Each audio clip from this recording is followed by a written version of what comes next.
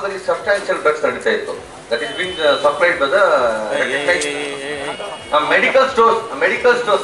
Medical stores ಇಂದ ಈ ನಿದ್ದೆ ಮಾತ್ರೆಗಳು, ಈ ಹೈಪರ್ ಟೆನ್ಷನ್ ಮಾತ್ರೆಗಳು ಲೈಕ್ ನೈಟ್ರೋ, ರೆಸ್ಟಿಲ್, ಆನ್ಸಿಟು, ಡಾಲ್ ಫ್ರೆಶ್, ಇವೆಲ್ಲ ಮೊದಲು ಸಪ್ಲೈ ಆಗ್ತಾ ಇತ್ತು. ಅಟ್ ದಟ್ ಟೈಮ್ ನಾನು DGP ಅವ್ರಿಗೆ ಹೇಳಿದ್ದೆ, ಒಂದು ಅವಾಗ ಸಭೆ ನಡೆಸಿದ್ರು ಮೆಡಿಕಲ್ ಸ್ಟೋರ್ಸ್ ಅವರು. ಅವಾಗ ಕೃಷ್ಣಮೂರ್ತಿ ಸಾಹೇಬರು DSP ಇದ್ದಾಗ ಅದು ಸ್ಟ್ರಿಕ್ಟ್ನೆಸ್ ಆಗಿತ್ತು.